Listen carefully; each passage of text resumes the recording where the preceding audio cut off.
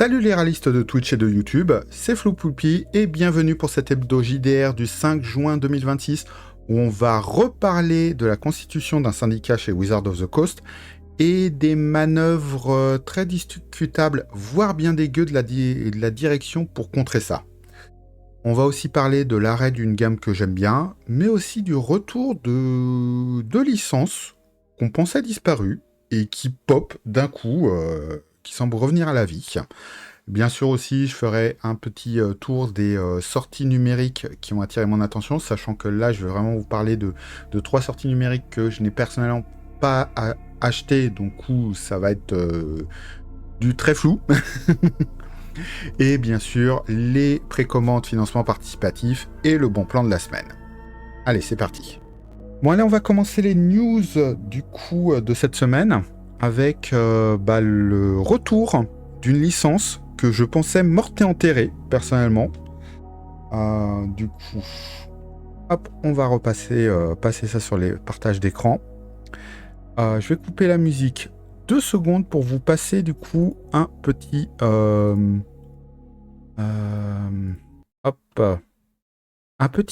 trailer.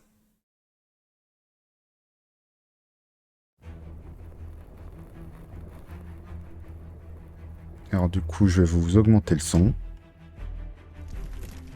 Les légendes ne meurent jamais. Elles se métamorphosent en attendant d'être incarnées à nouveau.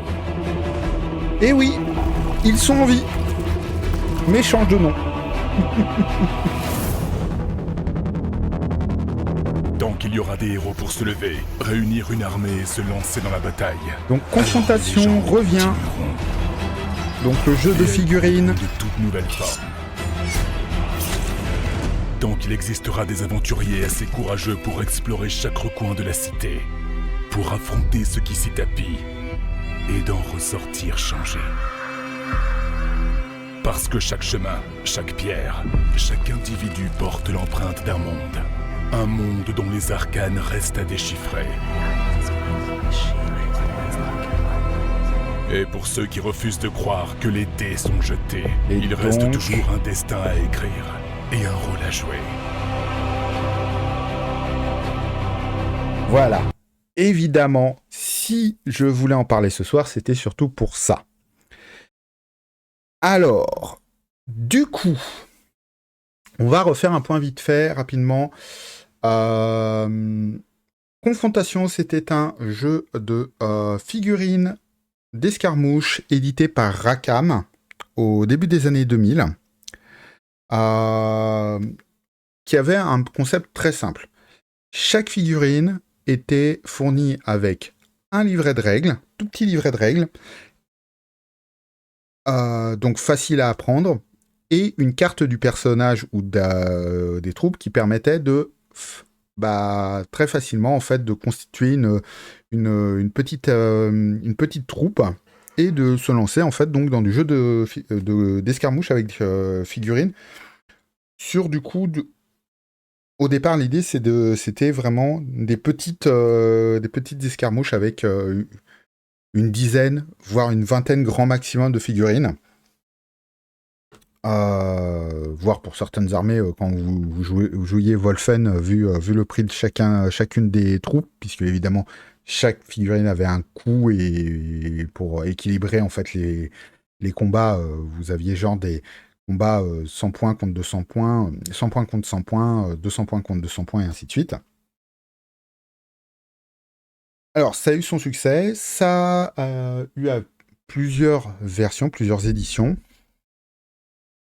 Et à un moment, il y a même eu donc un jeu de plateau, moi,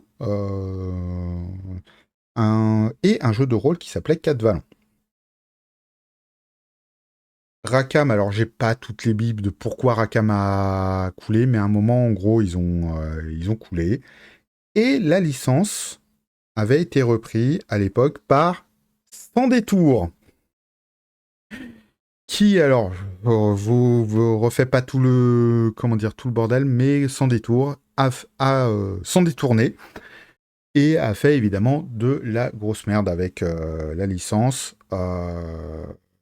y a eu une tentative de financement participatif qui fait partie des grosses histoires, des gros bails de Sans Détour, où du coup, c'était parti au départ sur des figurines en métal, puis finalement plastique, puis finalement résine. Les trucs se sont jamais faits, les modèles étaient dégueulasses. Bref, plein de choses à la Sans Détour, quoi. Sans même parler évidemment du détournement de l'argent pour se payer la drogue et les putes, puisque ça, c'est pas une expression, c'est factuel dans le cas de Sans Détour.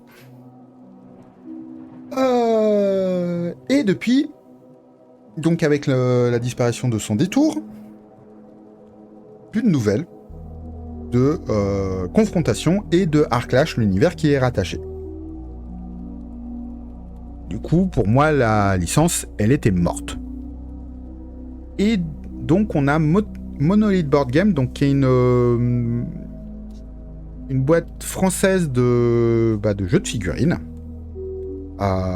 qui vient comme vous l'avez vu, de sortir un trailer où ils annoncent que ça y est, ils relancent le jeu. Du coup, avec un nouveau nom, ça va plus s'appeler Confrontation, ça va s'appeler Incarnation. On ne sait pas encore le format que ça va avoir. Est-ce qu'on revient au principe du combat de figurines avec un petit nombre de figurines ?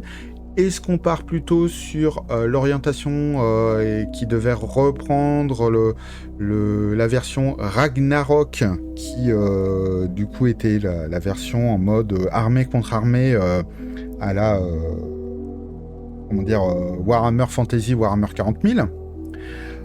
Et on ne sait pas encore quelle forme ça va avoir. Est-ce que ça va être des figurines en métal, en résine, en plastique ? On n'en sait pas plus. Tout ce qu'on sait, c'est que pour l'instant, il y a un financement participatif qui arrive bientôt pour lancer à la fois donc Incarnation, qui va être la nouvelle gamme de combat de figurines, et on va avoir aussi du coup un Death of Cadwallon, qui va être visiblement un jeu de société, vu qu'il parle de tuiles, donc un jeu de société, un jeu de plateau, visiblement, qui se passe dans l'univers donc de Arclash et de Cadwallon. Ça, c'est pour les deux projets qui ont été déjà annoncés et qui ont déjà une page sur GameFound. Donc on a au moins 2 projets qui arrivent. Et en fait, il y a même beaucoup plus que ça, puisqu'on va, comme vous l'avez vu dans la petite vidéo, on va avoir aussi au moins un bouquin de lore sur Arclash. Du coup, on va avoir un jeu de rôle en partenariat avec Modiphius, où donc visiblement, vu que c'est Modiphius et qu'on a vu des D20 rouler dans cette bande-annonce, je pense qu'il est clair qu'on se débarrasse du système tout foireux de Cadwallon pour passer sur une version qui sera motorisée sous le système 2D20 de Modiphius. À voir maintenant si... donc tout ça, pour l'instant, ça a été annoncé en anglais. Monolith est une boîte française, d'après ce que j'ai compris. En tout cas, elle est enregistrée en France. Mais toutes leurs annonces ont été faites en anglais, malgré le fait... la vidéo là que je vous ai sortie en français, elle est en non répertoriée sur leur chaîne. Donc, c'est pour vous dire. Du coup, on va voir ce que ça va donner, mais pour l'instant, ça reste assez flou, donc à suivre. J'avoue que, personnellement, j'ai bien aimé le jeu de figurines Confrontation. D'ailleurs, chose assez intéressante, j'ai toujours les bouquins de la 3e édition de Confrontation, là. C'est le seul jeu de figurines, je crois, que j'ai gardé, Mais on va voir ce que ça va donner. Évidemment, moi, ce qui m'intéresse, ça va surtout être la version jeu de rôle, donc avec Cadwallon par Modiphius. Et du coup, potentiellement, qui sait, peut-être une version française, hein, puisque les jeux de Modiphius, ils sont très largement traduits par Arcane Edition d'un côté, et là, on a eu la petite surprise d'avoir Star Trek Adventure chez chez Entremonde, donc peut-être une arrivée chez Entremonde. Je préférerais que ça arrive chez Entremonde que chez Arcane Edition. Pas qu'Arcane Edition fasse un mauvais taf, hein, mais comme je l'ai expliqué à plusieurs reprises sur cette chaîne, je ne suis pas en accord avec leur politique de verrouiller leur PDF, alors que moi je joue principalement en ligne et que j'ai besoin que les PDF puissent être ouverts, qu'on puisse en extraire des pages pour pouvoir faire mes aides de jeu destinées à mes joueurs et joueuses. Donc on va passer à la news suivante. Du coup, c'est pour le coup un autre retour, moi, qui me fait plaisir. C'est le retour, en fait, du Cortex Prime. Alors, c'est quoi le Cortex Prime ? Alors, accrochez-vous parce que l'histoire, elle est assez longue. À la base, le Cortex, du coup, c'est... je vous résume un article de The Rascal sur le sujet. Le Cortex, à l'origine, c'est un système qui a été développé depuis une quinzaine d'années par Margaret Weis Production, Margaret Weis Production, qui, alors, si je ne dis pas de conneries, la première version du Cortex, c'était pour motoriser le jeu de rôle Firefly. Ensuite, le Cortex, toujours sous la houlette de Margaret Weis Production, a servi à motoriser plusieurs jeux de rôle tirés de licences. On a du coup Supernatural, on a Smallville, et on a eu Marvel Heroic Role Playing Game. À ce moment-là, donc, on a donc le Cortex a été à la base créé par Jamie Chambers, mais a très vite été repris par Cam Banks, qui en est aujourd'hui vraiment le visage, qui du coup travaille dessus depuis 2010, qui en a fait du coup la deuxième version qui est le Cortex Plus, qui a donné du coup en 2012 le Marvel Heroic Role Playing, qui 15 ans après reste à mon avis la meilleure itération de jeu de rôle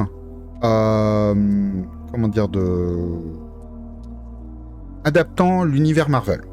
Il y a du coup tout un micmac qui fait qu'au bout d'un moment, Margaret Weis en fait ne poursuivait pas les licences qu'ils avaient acquis pour développer. Et bon, bah ça a fini au fait que en 2016, devant un peu le désintérêt à poursuivre les licences développées sur Cortex, Cam Banks a réussi à obtenir la licence du système et a pris en charge le développement d'une nouvelle édition. C'est cette édition qui a eu droit à une campagne Kickstarter en 2017 pour donner ce qu'on appelle aujourd'hui le Cortex Prime, qui est en gros une grosse boîte à outils pour créer votre version du Cortex.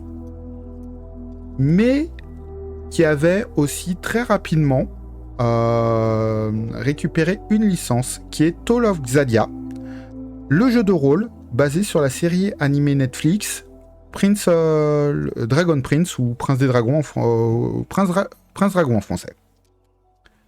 Ou Prince des Dragons, je sais plus c'est quoi la version française puisque je le regarde comme tout bon fan de VO pédant, je ne le regarde que en VO évidemment. Du coup, pour moi, c'est Dragon Prince. Pour cela, Cam Banks a bossé avec Fandom, qui était la boîte qui, à l'époque, gérait D&D Beyond avant que ça soit racheté par Wizard of the Coast. Et c'est sous cette tutelle, donc, que Fandom a donc sorti le Cortex Prime, le bouquin donc Dragon Prince, enfin le bouquin Tales of Xadia, mais ça n'a pas fini parce que du coup lorsque Fandom a vendu D&D Beyond à Wizard of the Coast, ils ont aussi décidé d'arrêter de développer le Cortex Prime. Cortex Prime qui n'était officiellement pas vraiment sorti dans le commerce. Enfin, si, ils étaient sortis, mais c'était en très peu de, d'exemplaires. Et du coup, les droits du Cortex ont été cédés à encore une autre boîte qui est Deerwolf Digital. Deerwolf Digital qui eux, du coup, s'étaient engagés à suivre respecter les promesses de Kickstarter de 2017, ce qui voulait dire aussi sortir tous les mini suppléments qui étaient promis pour le Cortex Prime. Mais du coup, ils n'ont pas fait de nouvelles réimpressions du Cortex Prime. Et les Spotlight, comme on les appelle, ces mini suppléments, ne sont sortis qu'en format PDF. Et alors, du coup, il a fallu attendre jusqu'à 2024 pour qu'on les ait, les Spotlight. Sachant qu'on a backé le projet Cortex Prime en 2017. 7 ans pour avoir la totalité. Mais du coup, ceux qui avaient pris les versions physiques n'ont jamais reçu leur version physique. À cause du micmac entre les reventes, en fait, de Cortex Prime. Bon... Ça a été... du coup, on a des gens qui ont véritablement perdu de l'argent dans cette histoire, puisqu'ils n'auront jamais les versions physiques des Spotlight. Ça, c'est clair, c'est avéré, c'est écrit. C'est les risques, en fait, d'un financement participatif. Mais, du coup, où on en est aujourd'hui? Eh bien, Deerwolf a rendu les droits à Cambanks,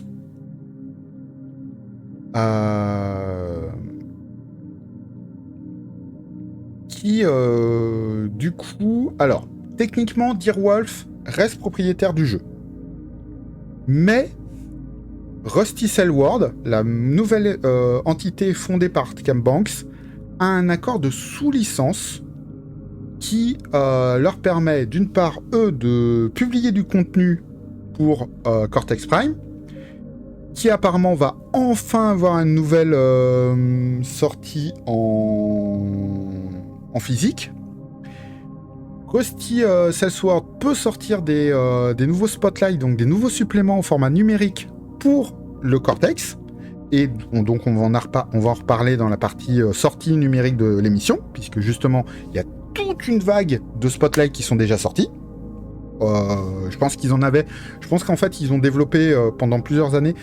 Si vous suivez Cambanks sur les réseaux sociaux comme moi, vous savez qu'il est extrêmement attaché au Cortex.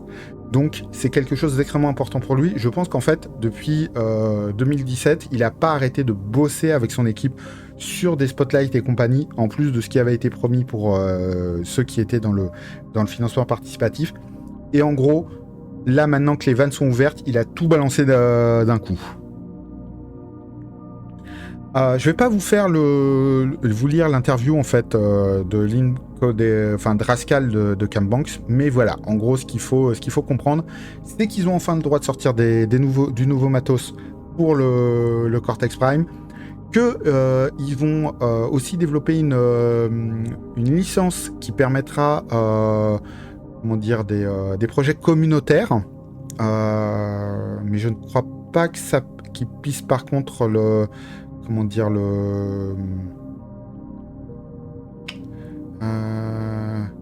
oui, en gros, contrairement à l'OGL et tout ça, les gens ne peuvent pas directement sortir du nouveau matériel pour le Cortex Prime. Ils doivent d'abord s'adresser à Selward qui leur donnera l'accord. Voilà. Peuvent leur donner un accord ou leur refuser. Mais du coup, voilà, pour ceux qui, comme moi, avaient beaucoup apprécié le Cortex Prime, enfin le Cortex et le Cortex Prime, même si aujourd'hui je ne suis pas sûr que je reviendrai sur ce système, sauf pour du Marvel, c'est une très très bonne nouvelle. Allez, quelques petites news plus rapides, sans une grosse explication comme j'ai pu le faire jusqu'à présent. Alors, déjà, première chose, White Wolf a annoncé qu'il y aura une grosse annonce pour Vampire la Mascarade à la Gen Con. Du coup, l'idée, c'est qu'ils ont annoncé que ça serait une lettre d'amour à Vampire la Mascarade, qui devrait, entre autres,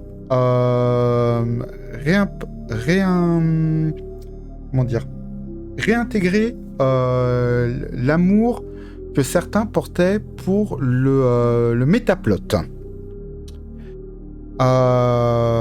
Du coup, on ne sait pas exactement ce que ça va être. Est-ce que c'est un Vampire the Masquerade 6 ? Est-ce que c'est une édition révisée en réintégrant des éléments du métaplot ? Ce qu'on est sûr, en tout cas, c'est qu'ils ont annoncé qu'ils allaient changer leur politique en matière d'illustration, parce que je vois que certains disent, voilà, dans le chat, qu'ils arrêtent avec leur photomontage cringe. Oui, on revient effectivement aux illustrations dessinées, non plus au photomontage. Donc on revient sur le fait de faire appel à des dessinateurs et des illustrateurs connus. Est-ce que Team Bradstreet sera de la partie ? On ne le sait pas. Mais donc, on ne sait pas. Est-ce que c'est une nouvelle édition ? Est-ce que c'est juste une version 5.5, si je puis dire ? J'oserais le faire. Après, moi personnellement, ceux qui me suivent un petit peu sur la chaîne le savent, je n'ai pas du tout apprécié cette 5e édition de Vampire la Mascarade. Je n'aime pas trop du tout Vampire la Mascarade aujourd'hui. Et par contre, un des concepts que j'ai beaucoup aimé sur cette 5e édition, c'était le principe des lore sheets. Ça veut dire qu'en fait, certains aspects du lore, du métaplot, étaient réduits à une fiche où en fait les joueurs pouvaient investir des points pour mettre en avant ces idées-là dans leur partie. Concept qu'ils ont complètement pompé au jeu de rôle de Wuxia, Legend of Weapon of the Gods et Legend of the Wulin. Mais ça, comme ces jeux de rôle sont quasiment inconnus partout, c'est passé complètement sous les radars. Mais factuellement, vous allez jeter un coup d'œil sur ce qu'il y avait dans Weapon of the Gods. Vous allez voir que c'est complètement pompé dessus, comme mécanique. Mais du coup, moi, ce que j'aimerais bien, c'est peut-être pas effectivement faire revenir le métaplot au centre de l'univers et tout ça, mais peut-être mettre un accent un peu plus marqué sur ces lore sheets. Vraiment, pour en gros que les joueurs aient quand même la main que... Parce que une des grosses choses que moi je reprochais beaucoup à Vampire la Mascarade pré-5e édition, c'est que c'était un jeu qui avait un des travers des jeux de rôle des années 90, à savoir c'était un jeu à lore, et surtout c'était un jeu à mettre en scène des PNJ. Un petit peu comme des jeux comme Legend of the Five Ring et compagnie, c'était des jeux avec une galerie énorme de PNJ, tous plus puissants et surpuissants les uns que les autres, et des MJ qui pouvaient se branler la nouille sur leurs PNJ surpuissants, surtout que ceux qui ont eu des mauvaises expériences avec Vampire la Mascarade peuvent en témoigner, ça venait souvent de MJ qui aimaient bien ridiculiser les joueurs, les personnages et les joueurs à leur travers, à leur table, pour mettre en scène leurs PNJ surpuissants. Je pense d'ailleurs que la phrase qui est aujourd'hui présente dans tous les PBTA, soyez fans des personnages des joueurs, vient clairement d'une réaction à ce qu'on pouvait rencontrer aux tables héritées de cette époque-là. Mais du coup, j'ai un peu peur en fait, en remettant le métaplot en avant dans cette gamme, qu'on puisse revenir à ça. Alors que s'ils remettent ça sous la forme de lore sheet, donc je sais que ça sheet SH2ET, hein, je précise, et non pas sheet SHIT évidemment. Je pense que ça peut être intéressant parce que du coup, ça implique quand même les joueurs par le biais de leur personnage sur ce qu'ils ont envie de voir mis en avant au sein du foisonnement du métaplot du bordel, on peut dire, du métaplot de Vampire la Mascarade. Alors, autre petite nouvelle, mais du coup, moi qui m'attriste un peu, c'est l'arrêt de la gamme Achtung Cthulhu chez Modiphius. Donc, Achtung Cthulhu, c'est un jeu de rôle de Modiphius tiré d'une série de figurines qui, du coup, proposait de jouer des membres des forces alliées et de la résistance pendant la Seconde Guerre mondiale qui affrontent les forces de l'Axe et principalement ceux de l'Allemagne nazie qui cherchent à utiliser des technologies interdites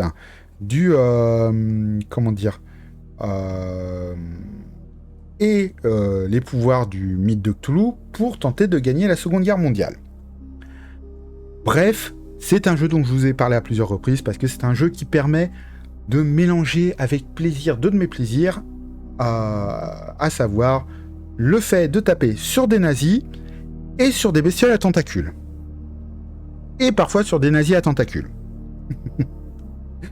Donc, bref, c'est une gamme que j'apprécie. Mais par contre, effectivement, il a été annoncé alors que pourtant il y avait un ensemble de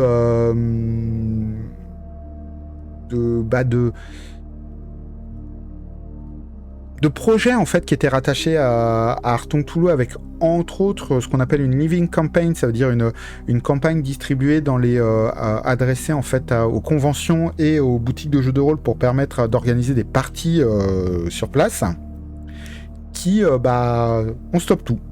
Alors on n'a pas le pourquoi. C'est peut-être juste une fin de licence, puisque comme je l'ai expliqué à la base, Achtung Cthulhu, avant d'être un jeu de rôle, c'est une licence de jeu de figurines. Et effectivement, il est tout à fait possible que la licence arrive à son terme et n'ait pas été renouvelée par les ayants droit. Et du coup, Modiphius, stop.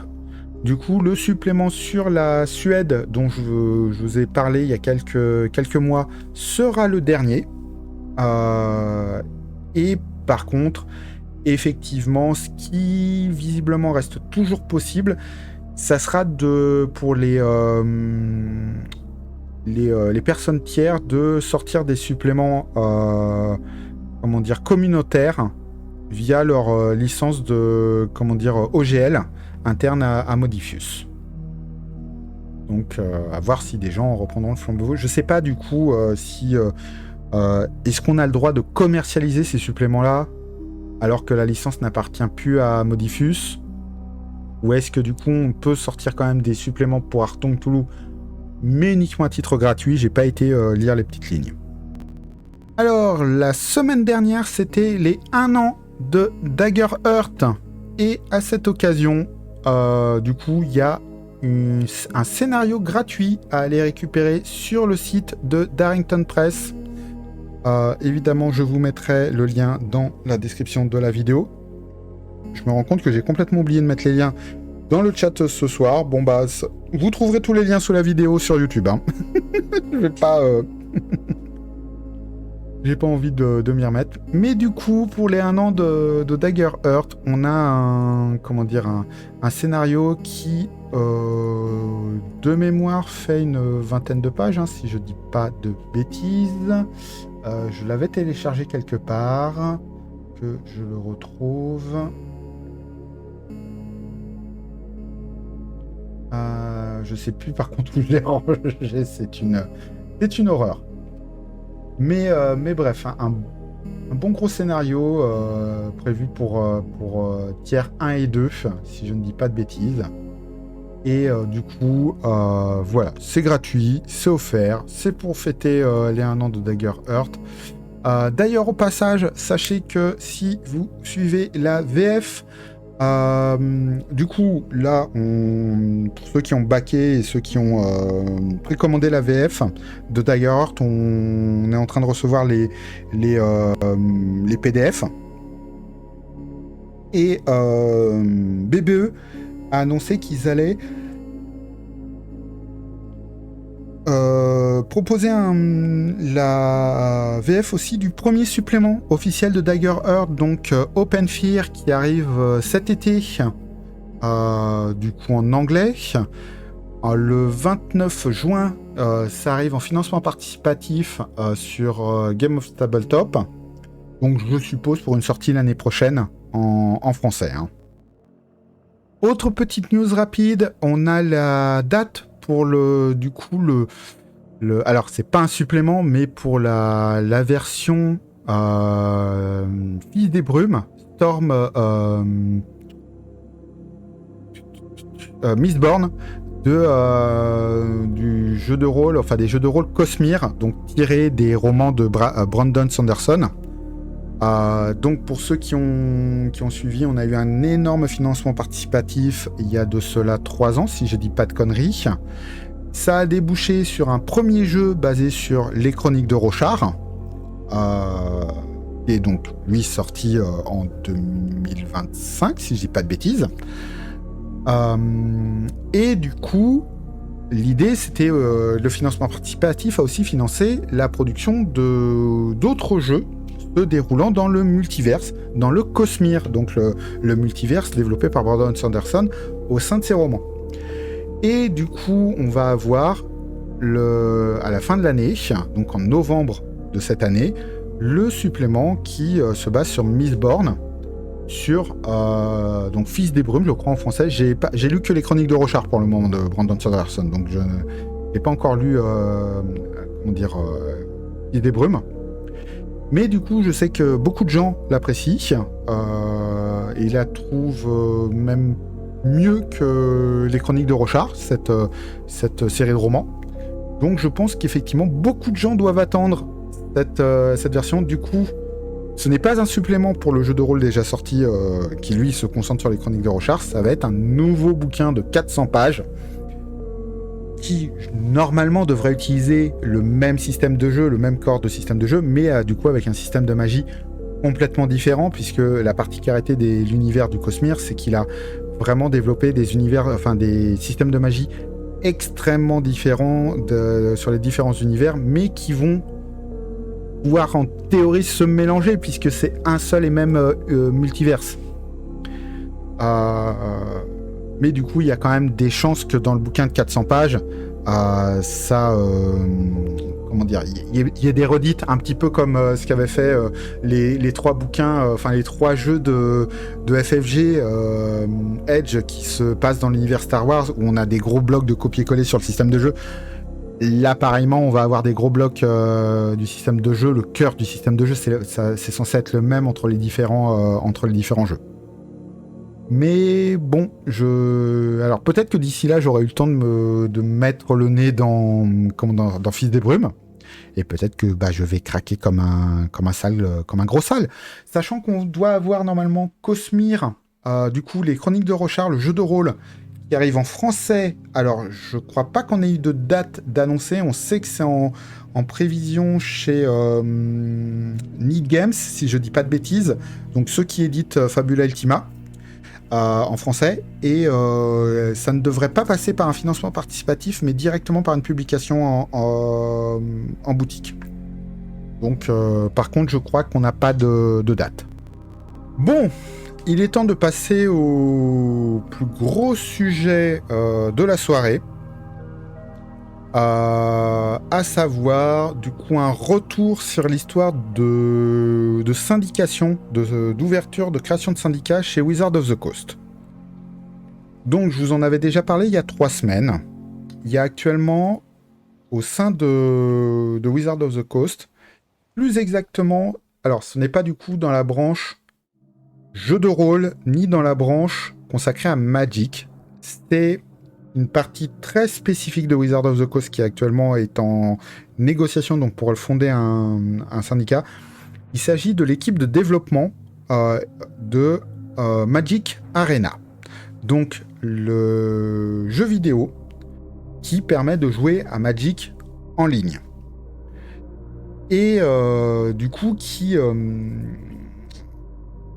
ont lancé donc un processus de création d'un syndicat par rapport à leurs conditions de travail qui sont en train de se dégrader, le risque de crunch qui est évoqué par les équipes dirigeantes Enfin, c'est des demandes de crunch qui sont faites par les équipes dirigeantes de Hasbro et de Wizards of the Coast, alors que le management de l'équipe de Magic Arena essayait plus exactement de protéger ses équipes justement par rapport à ces risques de crunch. Le fait qu'à côté, il y a aussi de plus en plus de demandes à l'intégration de l'IA dans le développement du jeu. Pas sur les cartes, on va le rappeler. Là-dessus, Wizard s'engage à ce qu'il n'y ait pas de cartes générées par IA au niveau que ce soit des illustrations comme des mécaniques. Mais par contre, il y a visiblement une pression de la direction de Wizard of the Coast et visiblement sur les demandes de Chris Cox et de Hasbro pour intégrer l'IA dans le processus de développement, par contre, de Magic Arena. Donc, il y a eu l'ouverture de discussion pour la création d'un syndicat. Aux États-Unis, quand vous voulez faire un syndicat, vous avez il y a deux positions. Vous déposez en fait votre demande de syndication auprès de l'organisme qui gère les syndicats aux États-Unis. À partir de ce moment-là, deux choses peuvent se passer. Soit votre l'entreprise reconnaît d'eux-mêmes la création du syndicat, et du coup le syndicat est créé, voilà, nickel, et ça permet généralement de partir sur des négociations, on va dire, dans un ton apaisé. Et l'autre cas, c'est si l'entreprise n'accepte pas la création du syndicat, ça passe par un vote interne au sein de l'entreprise, des métiers concernés par ce syndicat, donc ici ça concernerait la branche Magic Arena, sous la supervision donc de l'organisme qui gère les syndicats aux États-Unis, et en cas de vote majoritaire des employés pour la création des syndicats, le syndicat est créé, et surtout ça envoie un signal fort à la direction, comme quoi vous avez quand même une grosse partie de vos employés là qui veulent la création de ce syndicat, va falloir négocier.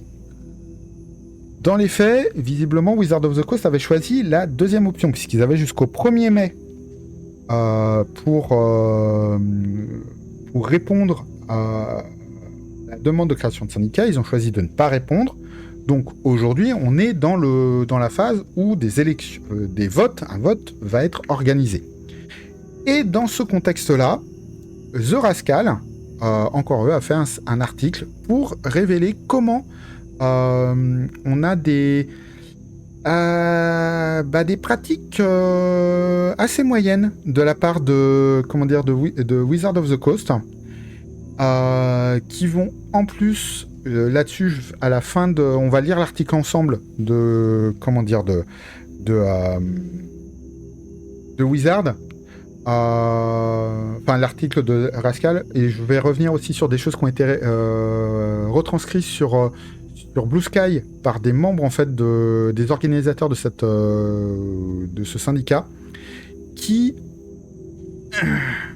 alors soit c'est une très grosse maladresse de leur service RH, soit c'est une manœuvre particulièrement vicieuse pour faire chier les votants. Alors, donc je précise, c'est une traduction automatique par Google, donc peut y avoir des ratés. Je vais essayer de vous retranscrire les infos. Mais du coup, le syndicat naissant de Magic, The Gathering Arena, fait face à des réunions facultatives, des lettres aux familles et une direction qui resserre ses rangs. À l'approche d'un vote syndical, United Wizards of the Coast, donc ça c'est le nom du syndicat qui est en train de se monter, risque de faire face à une tentative classique de répression syndicale de la part de la plus grande entreprise du secteur des jeux de société. Donc ça c'est leur symbole, je trouve très cool.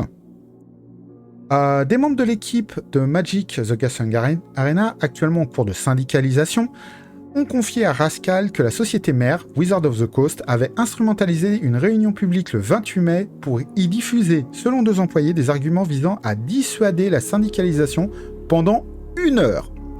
Cette intervention faisant suite à l'envoi quotidien de courriels à tous les employés, ainsi qu'à des courriers postaux, alors que le syndicat United Wizards of the Coast, CWA, s'apprête à lancer une période de vote pour la syndication le mardi 2 juin. Donc ça a commencé cette semaine. Et du coup, là, on va voir que c'est... on n'a pas de résultat pour l'instant parce qu'on va voir que c'est quelque chose qui se déroule sur je crois, 1 à 2 semaines. Lors d'un entretien téléphonique avec Rascal, le producteur Xib Vane et l'ingénieur logiciel senior Valentine Powell ont indiqué qu'une réunion virtuelle générale prévue de façon régulière avait été détournée par la direction de Wizards of the Coast et présentée comme un débat entre les partisans et les oppositions de la syndicalisation. Selon Powell, l'opposition, en réalité la direction, a consacré l'heure entière à un monologue incendiaire débitant 30 arguments pour dissuader toute syndicalisation. J'imagine tellement le PowerPoint avec le 1. Pourquoi ne pas vous syndiquer? Petit 1, petit 2. Et des digressions interminables après avoir insisté sur le fait que même si la présence était facultative, l'absence de certains employés les priverait d'informations cruciales.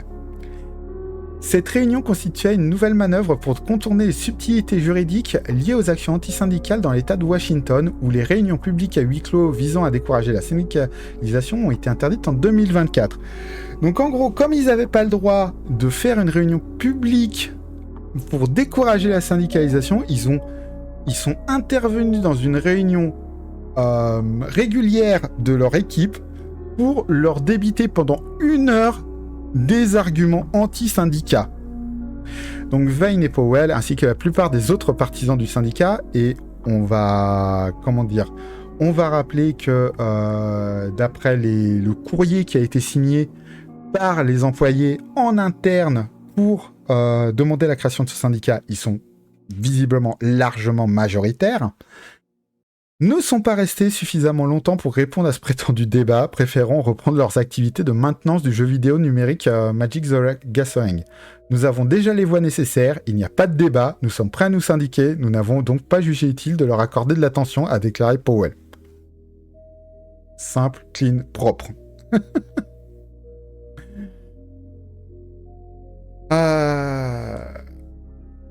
Voilà. Donc, les présentations donc de Valentine Powell sur Blue Sky, où il appelle à voter oui. Oui, ça date seulement d'il y a 2 ans en fait. Avant, ce que pouvait faire l'entreprise, c'est organiser en fait des réunions pour ouvertement dénigrer le processus en fait de syndicalisation. Là, ils sont obligés, entre guillemets, de contourner et de détourner des réunions déjà prévues pour d'autres sujets pour ça. Mais on va voir que c'est pas que ça. Hein. Le discours tenu par la direction lors de la réunion aurait repris les termes des lettres envoyées aux employés qui les mettaient en garde contre les dangers des syndicats présentés comme une tierce partie néfaste dans les relations entre employeurs et employés. Alors que non, hein, on va le rappeler, les syndicats, c'est des employés en fait. Hein. C'est pas une tierce personne, c'est des représentants des employés. Riley McLeod du site Aftermath a d'ailleurs publié une excellente critique de ce qu'il qualifiait de foutaise. Le détail le plus intriguant de ces lettres était une signature ne comportant qu'un prénom. John! Vous connaissez John? Mais bien sûr que vous connaissez John. Interrogé à ce sujet, Powell et Vane ont indiqué que tout le monde supposait qu'il s'agissait de John Hein, le président de Wizards of the Coast. Président de Wizards of the Coast qui n'a aucune existence médiatique. On va rappeler que depuis 2 ans, c'est Chris Cox, le CEO de Hasbro, qui a la main sur Wizards of the Coast. Le CEO de Wizard n'existe pas. Il est sur les papiers, mais il intervient jamais. Il ne prend jamais la parole ni rien. Du coup, d'un coup, il reçoit un courrier signé de John.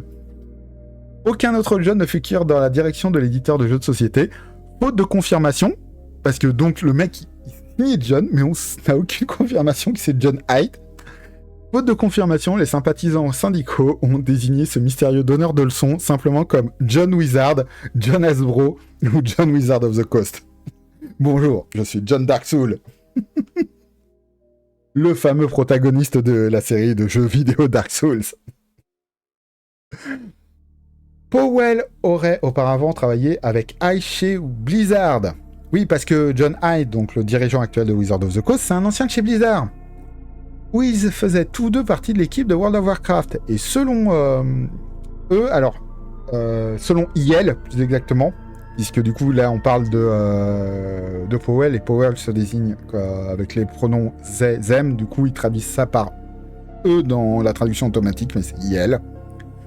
Donc, selon IL, AI était alors beaucoup plus favorable à l'action collective des développeurs et des employés, allant même jusqu'à soutenir les équipes qui militaient pour ce qui allait devenir l'Aibeki Worker Alliance, donc le syndicat en fait de Blizzard, Activision Blizzard King, qui pour le coup, eux, ont été reconnus par Microsoft lors du rachat parce que Microsoft cherchait à arrondir les angles.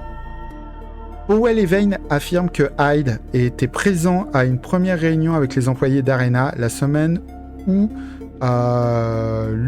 l'UWOTC, je sais pas, a été rendu public. Ah oui, l'Union Wizard of the Coast, voilà.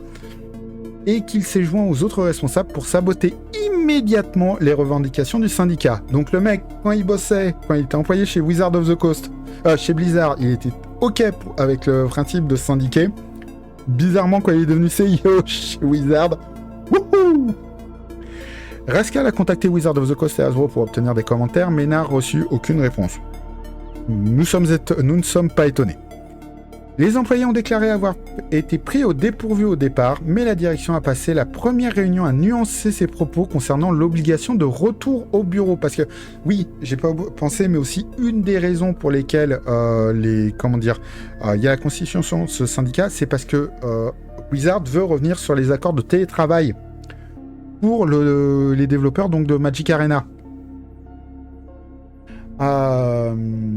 Qui contraindrait les employés de Arena à déménager à Renton dans l'état de Washington, alors qu'en fait, comme beaucoup d'acteurs du milieu du jeu vidéo, pendant le Covid, quand les chiffres de Magic Arena ont explosé, eh bien, ils ont recruté à travers tous les États-Unis. Les dirigeants ont multiplié les messages sur la messagerie interne pour inciter le personnel d'Arena à prendre en compte les inconvénients de la syndicalisation, et tous les employés recevaient 2 courriels par jour contenant des arguments similaires. On plaisante en disant que ces courriels continueront jusqu'à ce que le moral remonte, a déclaré Vane. Le premier courriel avertissait que des représentants syndicaux pourraient se présenter au domicile des employés pour faire du prosélytisme. Vous imaginez, vous ouvrez la porte et à la place de témoins de Jéhovah, vous avez des représentants syndicaux de Jéhovah. Est-ce que vous avez entendu parler de notre sauveur et seigneur Karl Marx? Ce que Powell et Vane ont nié catégoriquement, bah oui, les gens ils se déplacent pas les syndicalistes ils se déplacent pas chez toi pour faire du prosélytisme. Ils ont d'ailleurs trouvé ironique de recevoir ces lettres une semaine plus tard. C'était comme une atteinte à notre vie privée. Ils nous avaient déjà envoyé les courriels. Donc, on rappelle, depuis la déclaration donc du lancement de ce syndicat, donc il y a 2 semaines factuellement, ils reçoivent 2 courriels par jour et ils ont aussi reçu des courriers à la maison. Ces courriels provenaient d'une nouvelle adresse, Arena Communication, et prenaient finalement la forme d'un questionnaire. Les questions étaient censées provenir de membres du personnel. Vane et Powell ont affirmé que ces questions étaient artificielles et visaient clairement à propager une rhétorique anti-syndicale. En gros, ils vous présentent ça sous la forme de questions, ils vous laissent un choix à mettre, et après, dans les réponses, ils vous donnent une réponse biaisée. Un autre courriel précisait que les réponses avaient été rédigées par une collaboration entre la direction d'Arena, la direction de Wizard of the Coast et les avocats de Fisher Phillips, une firme spécialisée, donc une firme légale, spécialisée dans la prévention de la syndicalisation engagée par Hasbro et Wizard of the Coast. Donc pour l'instant, ils n'ont pas encore fait appel au Pinkerton, mais ils ont fait appel à une boîte d'avocats spécialisée dans le combat contre les droits de constituer des syndicats. Rascal a demandé à consulter les courriels et messages envoyés par la direction de Wizard of the Coast, mais le syndicat a refusé de les fournir, invoquant des accords de confidentialité et un excès de prudence. Tous deux ont pointé du doigt les 30 membres de Rockstar, sympathisants d'un syndicat, licenciés pour avoir prétendument divulgué des informations confidentielles, ce qui a provoqué des réprimandes et des poursuites judiciaires de la part de l'Independent Worker Union of Great Britain. C'est tout un bail aussi, je vous invite à aller regarder les vidéos de Gotoz, de Origami sur le sujet, mais en gros, il y a eu des gens de chez Rockstar qui ont diffusé des mails internes et du coup qui se sont fait virer sans sommation pour avoir divulgué des informations internes, alors que, ouais, c'était assez flou. Donc on a quand même quelques... Voilà. Depuis 2 semaines, les gens d'Arena reçoivent des mails anti-syndicat quotidiennement de la compagnie. Ils vous expliquent combien les syndicats sont des choses à craindre. Et maintenant, ils envoient des lettres à nos maisons. Donc le syndicat n'est pas un troisième interlocuteur. Les employés sont le syndicat. Ça ne me fait pas peur et je vais voter oui. Et donc on a un exemple du courrier effectivement qu'ils ont reçu, donc que je ne vais pas vous relire. Hein. Mais lors de la réunion du 28 mai, la direction aurait indiqué aux employés qu'un syndicat obligerait l'entreprise à contrôler leurs heures de travail afin d'éviter le surmenage. Une des principales revendications du syndicat.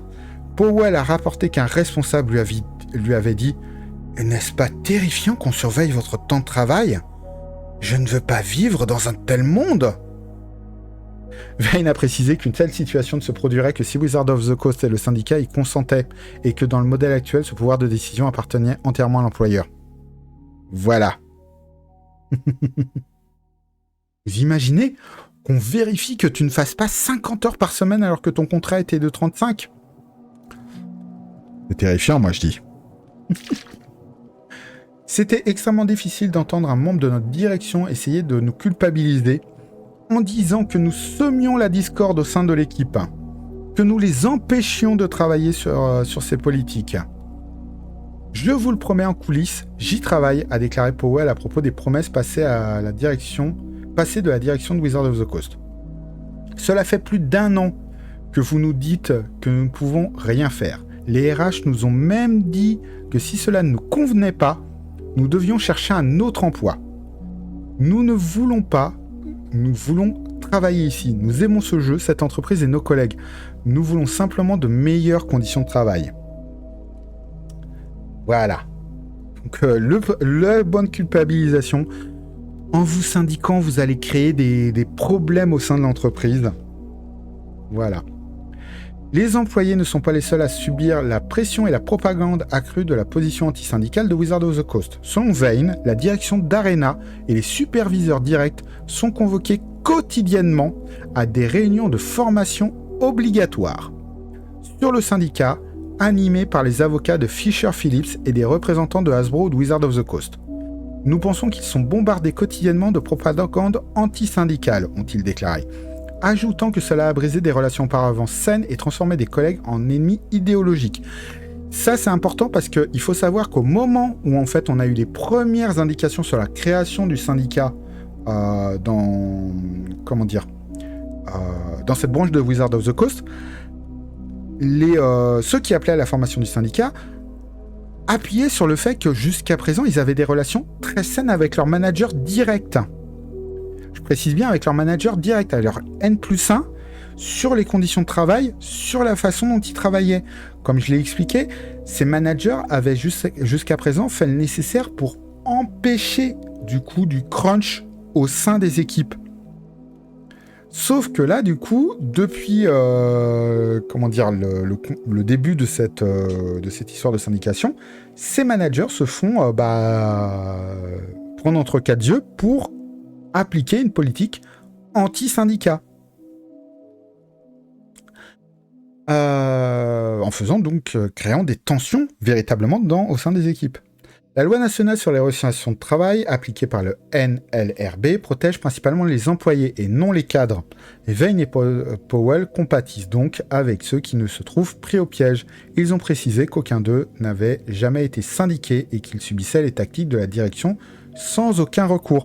Il faut savoir pourtant que le recours existe. Sachez qu'en tant que cadre, vous pouvez aussi monter votre propre branche syndicale. Et que ça sera même d'autant plus facile si vous aidez la branche actuelle à se constituer. Mais bon. La période de vote du syndicat United Wizards of the Coast CWA débutera le 2 juin et s'étendra sur au moins 2 semaines afin de permettre le vote à distance. Un détail que les employés estiment avoir été curieusement omis des courriers de Wizards of the Coast.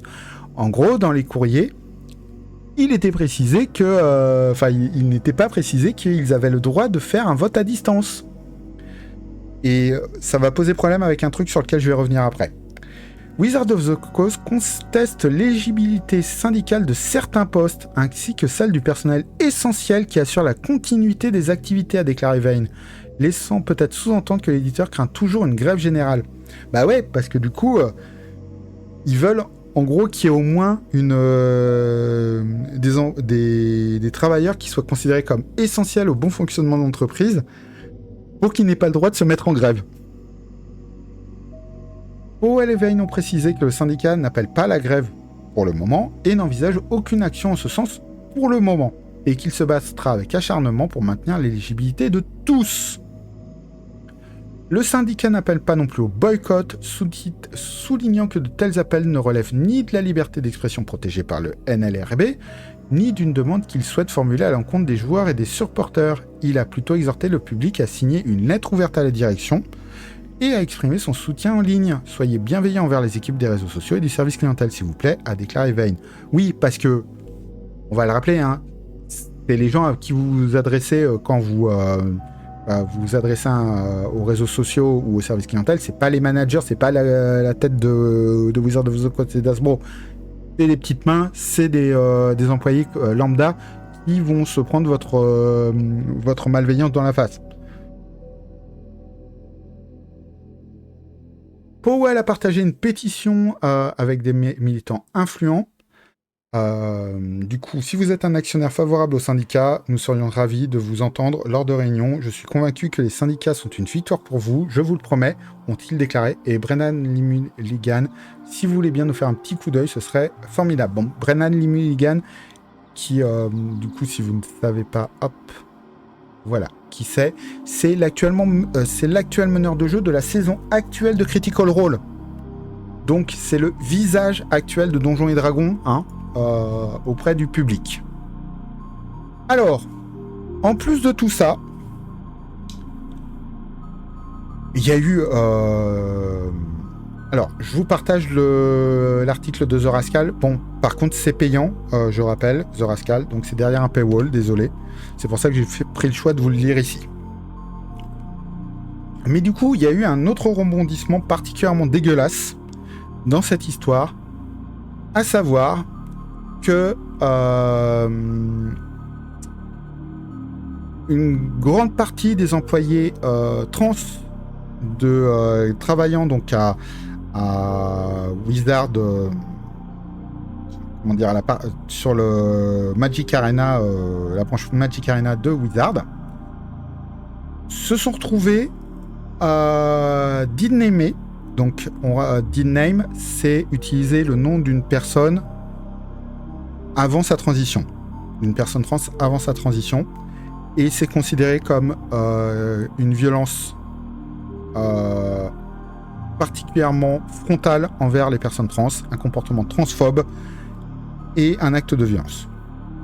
Donc, un certain nombre d'employés trans ont été dénamés parce que la direction a simplement fait des copier-coller d'une partie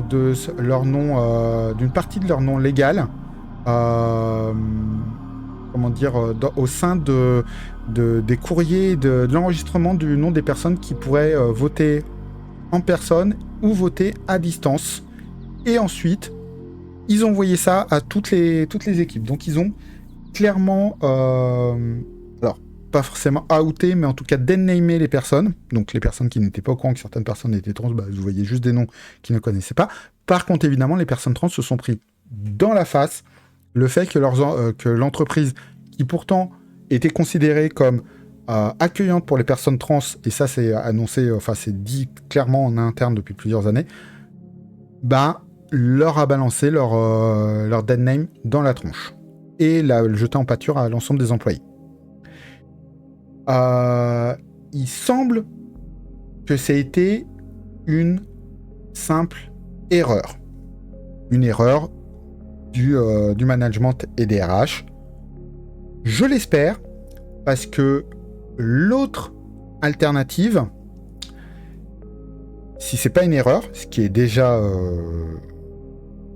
l'autre alternative, ça serait une manipulation pour mettre mal à l'aise les personnes concernées et les empêcher de voter. Je m'explique.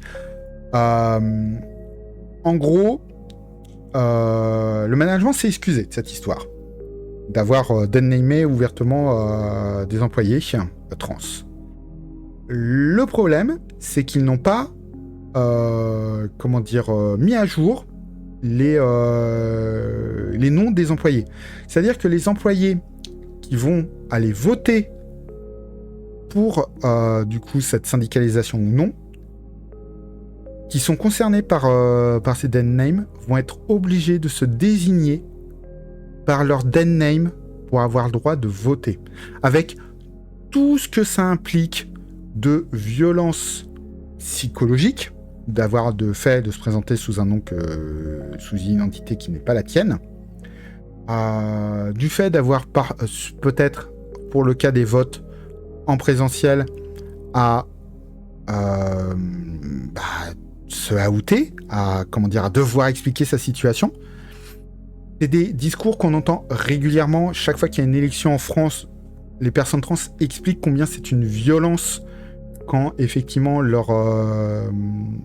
elles n'ont pas obtenu encore gain de cause sur le fait de changement d'identité sur les papiers d'identité ou autre, quand elles doivent effectivement se présenter dans un bureau de vote avec des papiers d'identité qui portent leur dead name, qui comportent leur genre tel qu'il a été assigné à la naissance, et qui doivent faire face parfois à des comportements extrêmement malveillants dans les bureaux de vote. Donc là, je comprends totalement pourquoi ça pose énormément de soucis. Et vraiment, dans le meilleur des cas, c'est une faute très grave. Dans le pire des cas, et quand on sait qu'ils font appel à des syndicats d'avocats spécialisés pour casser des grèves, et que à côté de ça, Wizards of the Coast a déjà par le passé fait appel à des organisations de cassage de grève comme les Pinkerton, il est tout à fait plausible, même si on n'en aura sûrement jamais la preuve, qu'il s'agit d'une manœuvre délibérée pour déstabiliser un certain nombre d'employés. Bref, niquez-vous chez Wizard. Et du coup, j'avais sûrement d'autres choses à vous annoncer sur Wizard. Il y a au moins 2 Zone Acide Arcana qui sont sortis avec des nouvelles sous-classes à tester. Il y a un retour sur les drops. Mais toute cette histoire, effectivement, d'action antisyndicale et de transphobie fait que j'ai plus envie de parler de Wizard ce soir, j'en suis désolé les gens. Du coup, ça c'était pour les news. On va pouvoir passer aux sorties numériques de la semaine avec 3 sorties qui ont attiré mon regard, mais du coup je vais pas pouvoir vous parler du contenu puisque je ne les ai pas achetés. Alors, en français, on a déjà la sortie d'un supplément pour Babel, donc le jeu des 12 singes, où vous jouez un biblionaute qui est capable de voyager dans les livres. Alors, Babel, c'est un jeu où donc vous accédez à la bibliothèque de Babel, qui est une espèce d'univers parallèle qui contient tous les savoirs et tous les livres de l'humanité. Et du coup, les personnages des joueurs, comme j'ai dit, ça sont des biblionautes. C'est des êtres qui ont le pouvoir de rentrer dans des livres. Et du coup, donc, alors, j'ai quand même joué au jeu pour une fois en tant que joueur. Je ne l'ai pas masterisé, je n'ai pas lu le jeu initial, mais en tout cas, j'ai beaucoup aimé ma partie de test, en convention numérique, où du coup on a le principe, en fait, les personnages sont désignés par une phrase qui peut représenter un équipement, des compétences, et ainsi de suite. Il y en a une qui est en dur, entre guillemets, qui est marquée sur la feuille de personnage, et les autres...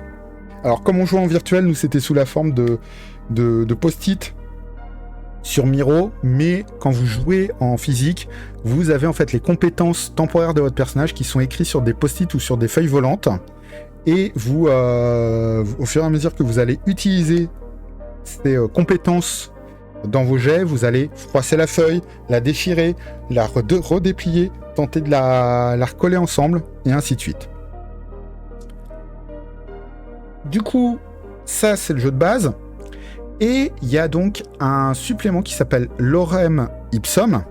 Donc je sais plus c'est quoi le Lorem Ipsum, voilà, mais qui du coup décrit l'espèce d'intramonde qu'il y a entre les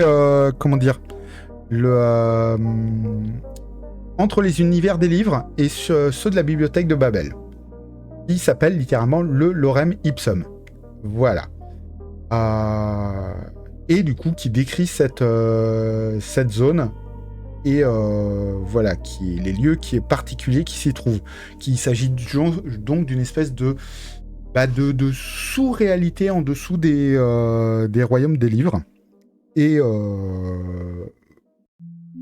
voilà, donc je ne peux pas vous dire si c'est bien ou non, puisque je n'ai pas lu Babel, je n'ai pas lu Lorem Ipsum, mais je sais que Babel a beaucoup d'amateurs, et moi, en tout cas, je pense que je vais finir par me prendre le jeu, puisque comme je dis, j'ai beaucoup apprécié la partie que j'ai eu l'occasion de faire en tant que joueur. Donc, effectivement, je craquerai sûrement pour cette gamme. Surtout que, en tout cas en version numérique, j'aime beaucoup ce que fait les 12 singes. Je sais que j'irai taper régulièrement sur cette chaîne pour leur traduction française de jeux américains ou anglais ou autres que je trouvais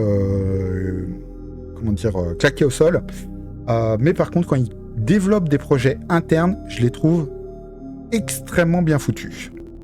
Ensuite, autre sortie numérique, alors pas cette fois d'un seul supplément, mais de toute une série. Je vous parlais plus tôt dans la soirée, et dans la vidéo pour ceux qui regarderont sur YouTube, du fait que le Cortex Prime, du coup, sortait de son hibernation pour revenir grâce à un développement par Rusty Cellworld Design et donc Cam Banks aux manettes.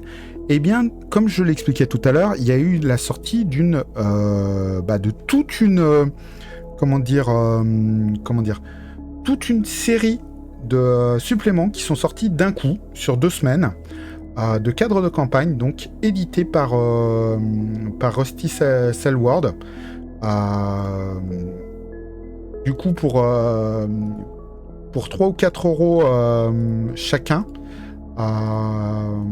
vous avez en fait différents univers.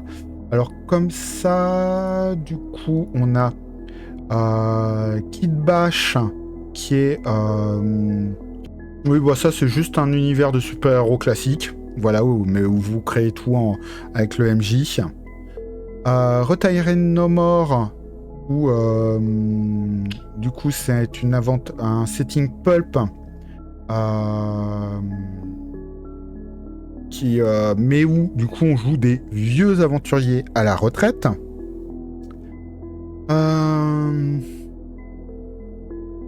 On a Strange Tone qui est donc là pour jouer un petit peu dans une ambiance façon Stranger Things, si j'ai bien compris, dans tout ce qui est petite ville bizarre avec des secrets cachés. Terraverse qui est basé sur l'idée de multiverse. On va jouer des Brighter Star qui est en gros du Star Trek. Voilà. Titan versus Léviathan, bah là on est clairement sur Pacific Rim. Mystic Cove, on est sur du True Blood, d'après ce que j'ai compris. Solarpunk, où on est sur du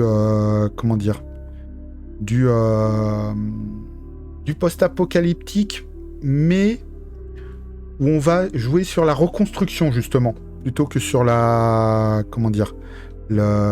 fait d'avoir à survivre dans un environnement hostile et à faire appel à ses plus bas instincts. Là, on va plutôt effectivement avoir juste le fait de vivre et de reconstruire la société au mieux. Donc voilà, on a déjà une première vague de suppléments qui sont arrivés. Et comme on l'a dit tout à l'heure avec l'article de The Rascal sur le retour donc de Cortex Prime entre les mains de Cam Banks, il y a des chances pour qu'on ait plein d'autres qui arrivent. Bon, le problème c'est que, évidemment, ça arrive un peu tard, mais ça donne quand même, pour ceux qui, comme moi, croient toujours au potentiel du Cortex Prime, ça nous donne plein de petits suppléments à tester et tout ça. Plein d'univers. Troisième sortie numérique dont je voulais vous parler, qui m'a surpris, mais c'est un petit peu dans un move qui est en ce moment.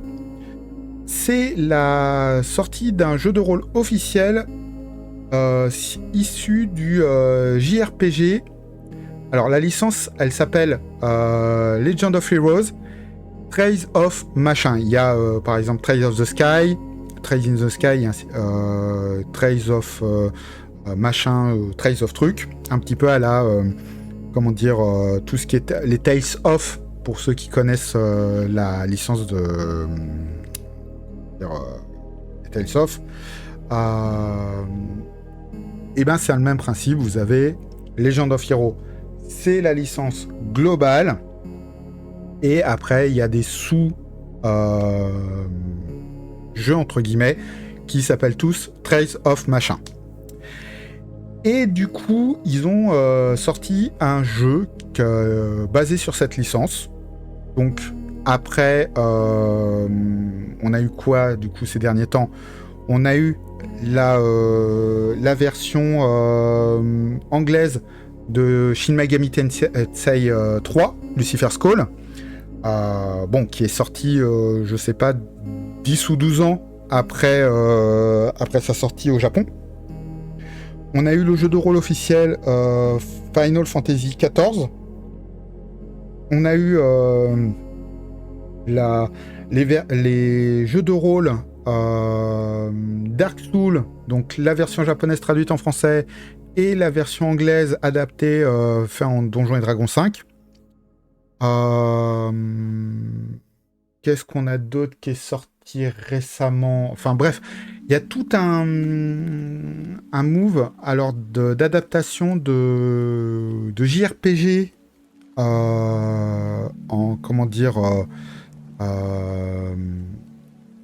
en jeu de rôle papier. Et oui, Josindar, il y a un jeu de rôle officiel papier FF14. Et du coup, c'est autour donc de la licence Legend of Heroes. Alors, je vais un peu botter en touche sur le coup, parce que d'une part, je n'ai pas joué aux jeux vidéo appartenant à cette licence, donc je peux pas vous dire si c'est bien. D'après ce que j'ai compris, c'est une licence qui est assez appréciée. Pour le coup, je laisserai éventuellement Attar dans le chat dire ce qu'il en pense, mais j'ai cru comprendre qu'elle était globalement assez appréciée, cette licence. Et j'ai pas, comme je connais pas la licence, j'ai pas acheté le jeu de rôle papier, parce que je serais incapable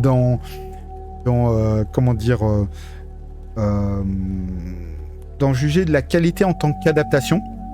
Peut-être qu'à un moment ou un autre, je craquerai pour le jeu quand même pour voir si en tant que jeu de rôle indépendant, il se tient en seul sans avoir joué aux jeux vidéo. Du coup, c'est aussi ça qui est intéressant, c'est est-ce que pour quelqu'un qui ne joue pas, qui n'a pas fait les, je sais pas combien, les 10 ou 20 Legend of Heroes, est-ce que le jeu de rôle se tient ? Mais du coup, j'attendrai sûrement une réduction ou comment dire, qu'on m'offre une carte cadeau sur Drive-Thru, et là peut-être je craquerai. Mais pour l'instant, en tout cas, je ne me prononcerai pas sur le jeu. Je vous dirai simplement voilà qu'il a une critique sur Drive-Thru RPG à 4 étoiles et demie. Non, 2 évaluations sur Drive-Thru donc il doit avoir une évaluation à 4 étoiles et une autre à 5 étoiles, je suppose. Voilà. Donc je ne sais pas ce que ça vaut, mais j'avais l'idée, c'était de mettre en avant la sortie de cela. On va pouvoir passer aux précommandes et financement participatif.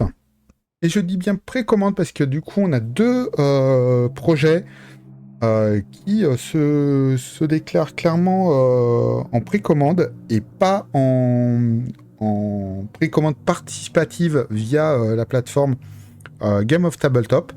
Alors, je ne sais pas si ça veut dire quelque chose par rapport aux relations de ces éditeurs avec Game of Tabletop ou c'est juste parce qu'ils n'ont pas envie de passer par un financement participatif déguisé. Mais en tout cas, on a effectivement 2 éditeurs français qui ont choisi de se passer de Game of Tabletop, alors qu'il me semble qu'ils étaient passés par le passé.